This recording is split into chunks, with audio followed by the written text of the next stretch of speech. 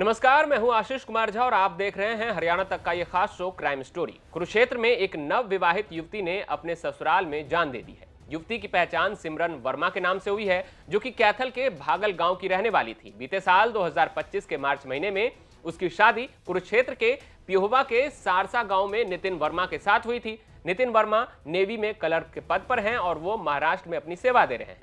जानकारी के मुताबिक गोवा में उनकी अभी ट्रेनिंग चल रही है। गुरुवार को सिमरन के जेठ ने उसके भाई को फोन पर सूचना दी कि उसकी बहन ने अपनी जान दे दी है। जब सिमरन के भाई मोहित को इस बारे में जानकारी मिली तो वो किसी काम से करनाल जा रहे थे। इस दौरान जब वो कुरुक्षेत्र बस स्टैंड पर उतरे तो उनको सिमरन के जेठ का कॉल आया था, जिसके बाद वो सिमरन के ससुराल पहुंचे, जहां उन्होंने अपनी बहन का शव बेड पर पड़ा देखा। सिमरन के भाई मोहित और नाना ने ससुराल वालों पर हत्या का आरोप लगाया है। उनका कहना है कि शादी के बाद से सिमरन के ससुराल वाले दहेज और गाड़ी की डिमांड करने लगे थे। शादी के समय भी उनसे काफी कुछ डिमांड की गई। मोहित का आरोप है कि उसकी बहन को दहेज के नाम पर प्रताड़ित किया जाता था, यहां तक कि सेक्सुअल हैरेसमेंट भी हुआ, उसके साथ मारपीट भी की जाती थी। आरोप है कि पति नितिन की ओर से तलाक की धमकी भी दी जाती थी और फोन पर सिमरन से यह कहा जाता था कि जब वो छुट्टी पर घर आए तो वो उसे अपने घर पर देखना नहीं चाहते हैं। सिमरन के नाना ने बताया कि इस मामले को लेकर पहले भी कई बार पंचायत हो चुकी थी। पिछले काफी समय से सिमरन उनके घर पर ही रह रही थी और वो अपने ससुराल नहीं जाना चाहती थी, लेकिन ससुराल वालों की ओर से बार बार सिमरन को भेजने की बात कही गई, जिसके बाद मकर संक्रांति से एक दिन पहले सिमरन अपने ससुराल गई, जिसके बाद अब गुरुवार को उसकी मौत की खबर उसके परिजनों तक पहुंची है।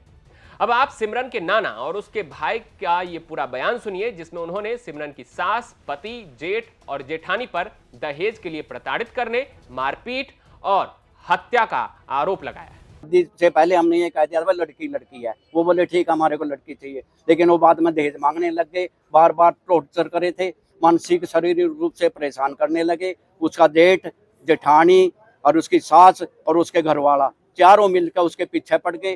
छोरी को बार बार तंग करने लगे, कई बार मारपीट भी करी, घर से भी निकाल दिया। वो बेचारी फिर उसको लेके घर आ गई थी। फिर वो जब बैगल में आए तो उनको हमने समझाया, भाई देखो दोबारा तंग नहीं करना, गाड़ी गुड्डी का तो नाम ही नहीं लेना, कहाँ से देंगे बेचारे। वो बोली जी ना ये बस एक बार भेज दो, एक बार। संक्रांत से एक दिन पहले लेके हुए आया का जी। लड़की बिल्कुल कायम रही थी कि मेरे को मारेंगे, मेरे को मारेंगे। लड़की पहले कह रही थी मेरे को मारेंगे, मेरे को मारेंगे, तभी ले जाए। वो चारों थे जी। उन्हें तो जब कल फोन आया 12 बजे हमारे को, भाई आपकी लड़की सुसाइड कर गई है। जब हम गए उसके गले में निशान थे, ना वो फांसी के फंदे पे थी, नीचे पड़ी हुई थी, जैसे छिपकली पड़ी रहे वह 4-5 पैसे पड़ी थी। हमने निबेरा उसको कैसे भी मारा या वो अपने आप मरी या कैसे मरी। उन्होंने तो वो तो दहेज के लालची हैं, बहुत भूखे हुए गिरे हुए आदमी हैं। उन्हें मेरी ज्योति को बलि का बकरा बना दिया। जैसे ही हमने शादी की तारीख पक्की करी थी जी, तो मेरे फादर साहब की डेथ हो गई थी जी। उसके बाद से इन्होंने शुरू से ही लड़की मतलब मेरे को फ़ोन आया कि बेटे ऐसे ऐसे करके बात है, हमारी तुम्हारे पिता से तो बात हो चुकी है और हमारे ना जी जैसे सेट मिलनी होएंगी, हमारे मिलने के अंदर कोई भी मतलब खिस्सी नहीं देनी है, कंबल नहीं देना, सुपारी सूट की मिलनी करनी है जी। और बेटे हाँ, और जी जैसे कि है कि मैंने कहा अभी मेरे पास जी बजट नहीं है, ठीक है, मैं अपना ठीक है सिस्टम इतना है नहीं है। तो जी बोले भी आपने कोई पैलेस पुलिस वगैरह बुक करवाया है? मैंने कहा जी हमारे गांव के अंदर कम्युनिटी हॉल है, हम वहाँ पे प्रोग्राम करेंगे जी। तो वो बोल रहे हैं कि नहीं भाई हमारे पढ़े लिखे लोग आएंगे, जो रिश्तेदार है सारे अच्छे वेल ग्रेजुएटेड है, अभी हमारी बेइज्जती हो जाएगी, कोई अच्छा सा होटल या पैलेस देख के बढ़िया तगड़ा प्रोग्राम करना पड़ेगा। यहाँ तक कि भी बोला भाई अभी ऐसे ऐसे करके आपने ये कुछ बनवाना है, ठीक है जी। मैंने अपने परिजनों से बात करी जी, मेरे चाचा जी हैं, मेरे मामा जी हैं। मैंने कहा भी ऐसे ऐसे करके बात है भी, मेरे ना तो मेरा बजट है और मैं कैसे करूँगा ये सब। तो मेरे मामा और चाचा जी बोले भी बेटे पैसे के लिए तो परेशान नहीं होना, हम तेरे साथ खड़े हैं जी। लेकिन जैसे ही शादी करी जी, जैसा फिर भी मैंने जितना मेरे पे था भी मैं कर्जा ज़्यादा से ज़्यादा ना चढ़े मेरे पे भी, जितना को भी कम से कम मैं सार लूँ। उसके बावजूद भी जी मैंने बिल्कुल ही मतलब बैंक पे तो लोन ले गया, आड़ती पे तो कर्जा ले गया। मैंने शादी करी जी बहुत बढ़िया लेवल के ऊपर जी।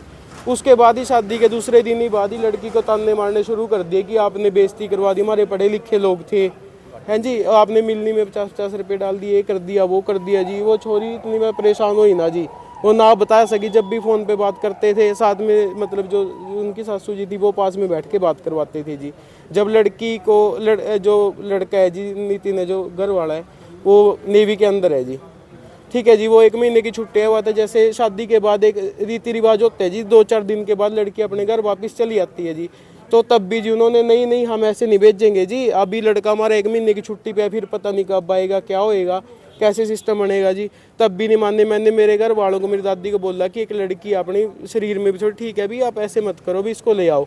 उसके बावजूद भी जी हमने बहुत रिक्वेस्ट करी भी आने दो। जब लड़की 1 महीने के बाद आई जी, उसने पता नहीं क्या क्या बताया, मैं आपके साथ वो बयान नहीं कर सकता जी, क्योंकि मैं एक बहन का भाई हूँ जी। ठीक है जी, उसने ऐसी ऐसी बातें बताई हैं कि भी मेरे को फिजिकली भी हरासमेंट करा है। ठीक है जी, और उसने जब अपने घर वाले को बोला कि नहीं मेरे को दिक्कत हो रही है, तो वो हटा नहीं जी। तो उसने अपनी सासू माँ को बताया कि ऐसे ऐसे करके बात है। उसके बावजूद भी उसकी सासू बोली बेटे नहीं, ये तो ये करा है। मेरे फादर गुजर चुके हैं जी, उसके दिमाग में पहले इतनी टेंशन है। उसको प्यार करने की बजाय जी दुत्कारने लग गए, तेरे को खाना नहीं आता, तेरे को बनाना नहीं आता। वो पैसे वाली बात तो लेना, उसके बावजूद भी कभी मिलनी में 50 रुपये डाल दिए। मैंने बोला था कि तुमने कंबल नहीं देने, खेसी देनी, फिर भी तुमने लोई दे दी। मिलने में 50 रुपये डाल दिए, कभी कुछ जी कभी कुछ। और कोई भी तीज त्योहार आ गया बोल बोल के बेटे ऐसे देना, ये देना है। फिर बाद में ताने दे रहे हैं जी, जो मेरी जिन्होंने जब चोले से रिश्ता करवाया था, ठीक है, वो बोल रहे भी ये तो ऐसे ऐसे बोल रहे थे कि ये तो गाड़ी भी दे देंगे, ये भी कर देंगे, वो भी कर देंगे। हमें तो ऐसा कुछ भी नहीं मिला है।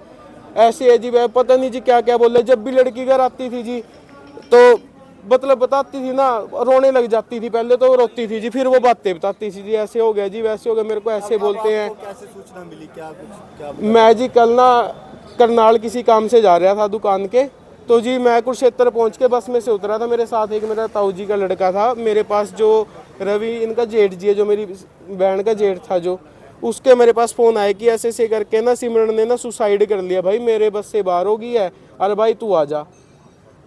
तो मेरा तो सुन के जी मैं अकेला, मतलब बस के अंदर जी मैं क्या तो करूं क्या ना करूं जी, मेरे खुद को नहीं समझी। मैं मेरे तो अभी तक मेरे पिता का सदमा ही नहीं अभी दूर हुआ जी, दिल पे था।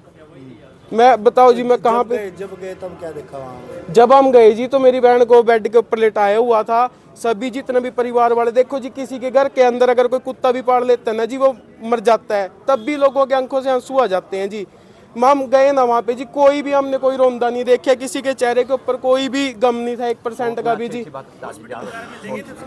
नहीं वो ये बोल रहे हैं जी, हमने जो डॉक्टर था गांव वाला, उन्हीं से हमने दिखाया है, वो खत्म हो चुकी है जी मौके पे। शादी हुई थी, वो छुट्टी पे था, ये आया हुआ था या ड्यूटी पे? वो ट्रेनिंग पे जा रहा था जी, लेकिन फिर हमें सुनने में आया भी वो 2 दिनों के यहीं पे था जी। वहीं इस मामले को लेकर सिमरन के भाई मोहित ने पुलिस में शिकायत दी है, जिस पर सिमरन के पति, जेठ, सास और जेठानी पर पुलिस ने मामला दर्ज किया। इस मामले को लेकर पुलिस का क्या कहना है, अब आप वो सुनिए। जी सर, क्या सूचना मिली थी और क्या पूछ रहा है इसको? कल ये सूचना प्राप्त हुई गांव सहरसा से भी, एक लड़की ने सुसाइड कर लिया है। तो इस सूचना पर हम गांव सहरसा गए और वहां पर हमने इसको उतरवा करके हॉस्पिटल में रखवाया। और लड़की जो मृतका है सर्वजीत को, उसके भाई के बयान पे FIR दर्ज कर दी है। तो परिवार ने कुछ आरोप भी लगाया ससुराल पर? हाँ, परिवार ने दहेज से प्रताड़ना का आरोप लगाया और इन धाराओं के खिलाफ FIR दर्ज कर दी गई है। तो अब ये गिरफ्तार भी किया? अभी पूछताछ के लिए राउंड अप किए हुए। तो पोस्टमार्टम पैनल पे हाँ, पोस्टमार्टम बोर्ड द्वारा कराया जा रहा है। कितने लोगों के नाम शामिल है इसमें? में 4 लोग हैं, पूरे परिवार के 4 लोगों के खिलाफ है। कौन कौन है सर, बताओगे? उनके पति, सास, जेठ और जेठानी।